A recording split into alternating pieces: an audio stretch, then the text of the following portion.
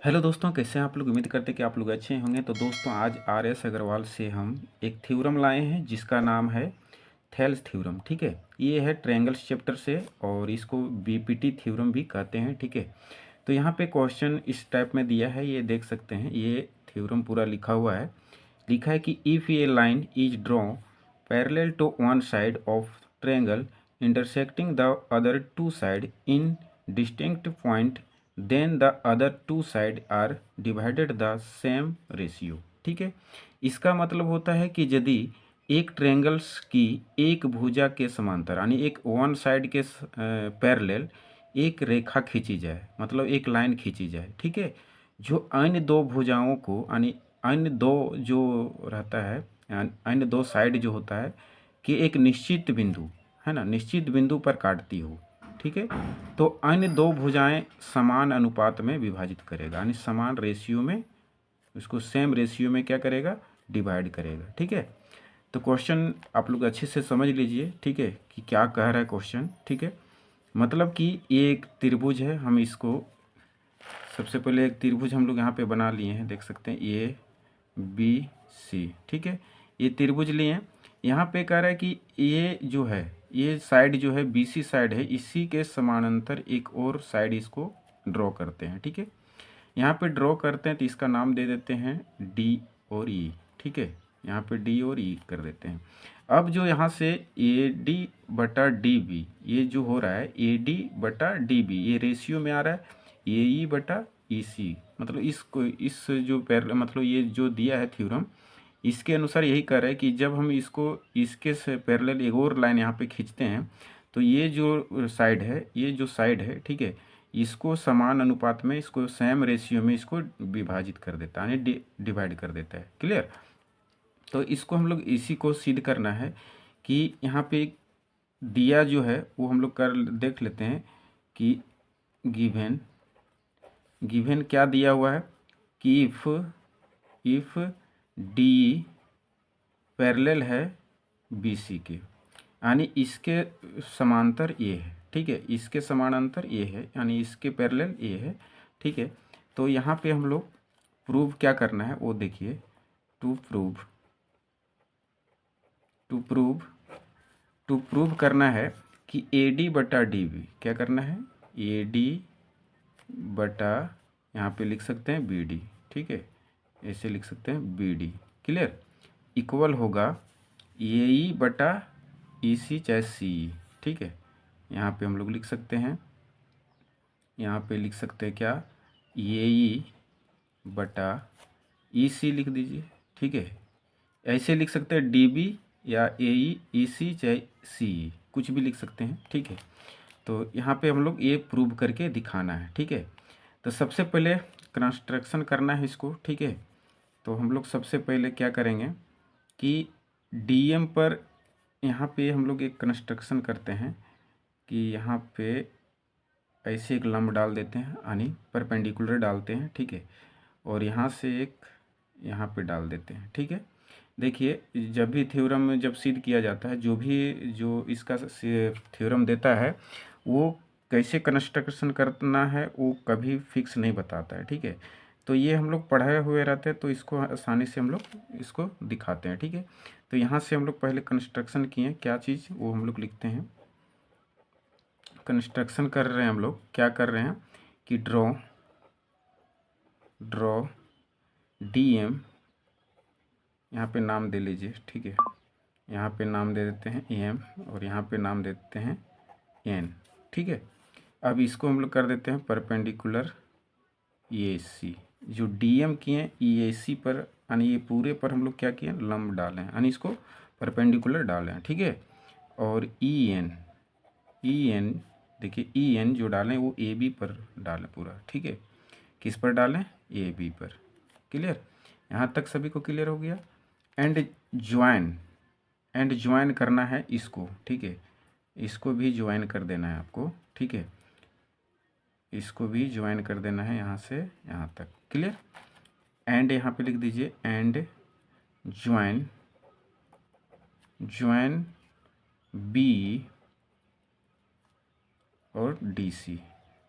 ठीक है, देखिए बी और डी सी ये ज्वाइन कर दिए। क्लियर। अब हम लोग क्या करेंगे नाउ, अब हम लोग आगे देखना कैसे है कि ए डी, यहाँ पे देखना कि ए डी किस पर है, ए डी।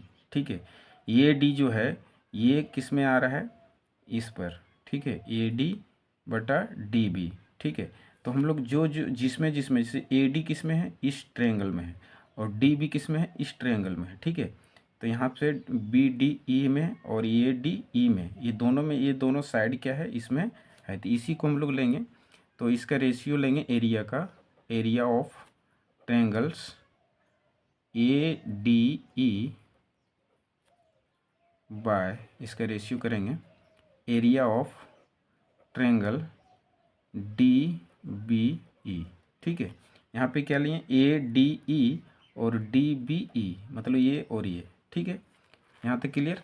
अब इसका हम लोग क्या करेंगे कि इसका ट्रायंगल्स का एरिया क्या होता है, 1/2 होता है।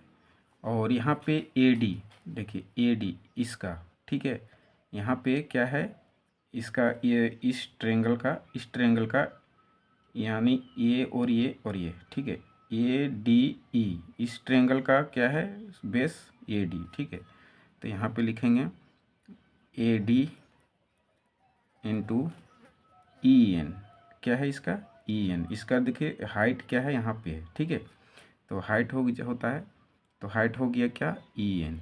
ठीक है, फिर इसका होता है क्या, डी बी, इस ट्रायंगल का देखते हैं। तो इस ट्रायंगल का यहाँ पे हम लोग क्या कर सकते हैं कि ये इसका बेस हो जाएगा हाफ इंटू क्या हो जाएगा, डी बी, क्या हो जाएगा, चाहे बी डी लिखिए, बी डी। ठीक है, गुना इसका हाइट हो जाएगा डी एम, क्या हो जाएगा, नहीं इसी का हाइट ये भी हो जाएगा ई एन। ठीक है, क्या हो जाएगा, ई एन। क्लियर। देखिए ट्रायंगल्स कहीं भी होता है, इसका यहाँ से तो यहाँ पे होता है। ठीक है, देखिए ट्रायंगल्स मान लीजिए ऐसे रहता है। ठीक है, मान लीजिए ऐसे है, अरे ऐसे, तो इसका हाइट हम लोग यहाँ से खींचते हैं। ठीक है, ऐसे। ठीक है, इस तरह से हाइट होता है। तो कभी भी क्या होता है ट्रायंगल में, अगर ऐसा कोई ट्रायंगल से आ जाता है जिसको बाहर में भी उसका हाइट हम लोग खींचते हैं, जैसे उसका जो सबसे ऊपर जो शीर्ष होता है यहाँ पे, ठीक है, उसी से उसका हाइट दिखता है। मान लीजिए कोई बिल्डिंग है तो सबसे ऊंचाई कहाँ से देखेंगे, ज़मीन और उसका सबसे ऊंचा भाग से। ठीक है, तो यहाँ से हम लोग ये खींचते हैं। तो यहाँ से ये जो है डी बी ई, इसका शीर्ष यहाँ है, तो यहाँ से इसका हाइट ये हो जाएगा। क्लियर। इसको बेस माने हैं तो इसका हाइट यहाँ से ये होगा। क्लियर। यहाँ से इसको कट करते हैं, ये कट गया और ये दोनों कट गया। ठीक है, तो यहाँ पर क्या आ गया, ए डी बटा बी डी। ठीक है, ये इसको इक्वेशन 1 ले लेते हैं। क्लियर। उम्मीद करते हैं यहाँ तक आप लोग को समझ में आ गया होगा। अब हम लोग नेक्स्ट जो करेंगे अगेन, ठीक है, अगेन करने वाले हैं। अब हम लोग फिर से देखते हैं क्या चीज़ है यहाँ पे, ये ई। ठीक है, ये ई इसी में है, ए डी ई में ही है। तो यहाँ पे वही ट्रायंगल लेंगे, area of triangle A D E. ठीक है, बाय, अब यहाँ पे देखेंगे ई सी, तो ई सी किस में है, डी ई सी में है। ठीक है, तो यहाँ पे area of C D E. ठीक है, triangle C D E. Sorry net चालू था इसलिए आवाज़ आ रहा था। ठीक है, तो आगे हम लोग क्या करेंगे देख सकते हैं, ए डी ई का फिर से वही चीज़ 1/2 यहाँ पे लिखते हैं, 1/2 इंटू ये ई। अब यहाँ पे देखते हैं इसका जो ट्रायंगल यानी ये साइड है ये ई, इसका बेस हो गया, तो ये ई यहाँ पे लिखेंगे इंटू इसका जो हाइट है, देख सकते हैं ये जो ट्रायंगल्स है इसका हाइट यहाँ से ये हो गया। ठीक है, तो यहाँ पे क्या हो जाएगा, डी एम, क्या हो जाएगा, डी एम। क्लियर। अब यहाँ से आगे हम लोग करेंगे, इसका जो होता है 1/2 इंटू, अब सी डी ई, इसका बेस क्या है, तो इसका बेस हो गया ई सी, तो ई सी लिखिए, ई सी इंटू इसका भी, जब ये बेस हो गया तो इसका हाइट यहाँ से यहीं होगा। ठीक है, क्योंकि इसका शीर्ष यहाँ पे है, तो यहाँ से इसका हाइट ये डी एम हो जाएगा। ठीक, आगे हम लोग देखते हैं। ठीक है, इसको डी एम को क्या करेंगे, डी एम कट गया और हाफ ये कट गया। ठीक है, अब यहाँ पे बच क्या गया देख सकते हैं, यहाँ पे बच गया आपका ए बटा ई सी, ठीक है, ई सी बच गया, ठीक है। ये समीकरण इसको 2 ले लेते हैं इक्वेशन, ठीक है। अब यहाँ पे एक चीज़ ध्यान दीजिएगा, ठीक है, 9 क्लास में आप लोग पढ़े होंगे कि एक ही बेस से जो ट्रायंगल्स बनता है, ठीक है, देख सकते हैं बी डी ई और यहाँ सी डी ई, ये इसका बेस जो है यहाँ पे देख सकते हैं डी ई एक ही साइड से दोनों बना हुआ है, ठीक है। जब ये दोनों एक ही साइड से बना होता है तो उसका जो एरिया होता है वो बराबर होता है, ठीक है। क्या होता है? एरिया बराबर होता है, ठीक है। तो यहाँ पे हम लोग लिख सकते हैं, तो यहाँ पे लिख देंगे क्या चीज़ कि हियर, यहाँ पे लिखेंगे area of triangle D B E equal to area of triangle C D E, ठीक है। ये दोनों क्या है? इक्वल होता है, तो इसका इक्वल हम ले लेते हैं, ठीक है। अब यहाँ पे देख सकते हैं, यहाँ पे एरिया ऑफ क्या है? ट्रायंगल ए डी और एरिया ऑफ यानी ट्रायंगल डी बी ई, ठीक है। यहाँ पे क्या है? सी डी ई, ठीक है।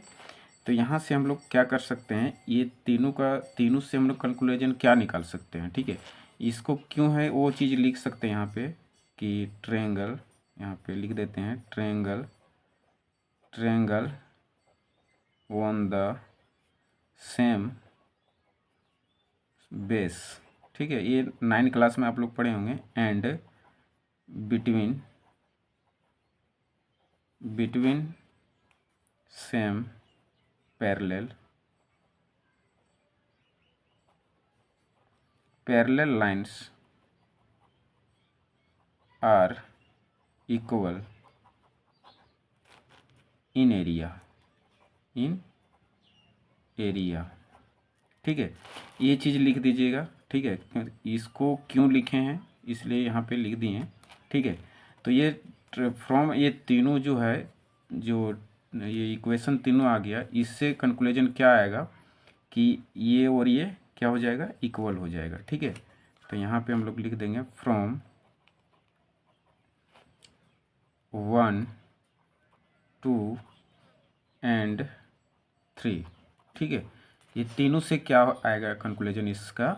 तो आ जाएगा, अभी जो हम लोग को प्रूव करने आया था वो आ जाएगा, ठीक है। तो यहाँ पे लिख दीजिए ए डी बटा B D is equal to A E बटा ई सी, ठीक है। ये प्रूव्ड हो गया, हैंस प्रूव्ड, ठीक है।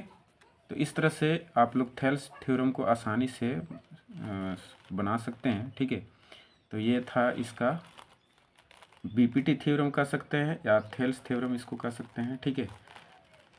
तो उम्मीद करते हैं आप लोग को समझ में आ गया होगा। एक दो बार वीडियो देखिएगा, सारा चीज़ समझ में आ जाएगा, ठीक है। तो चलिए नेक्स्ट वीडियो में मिलते हैं आप लोग से।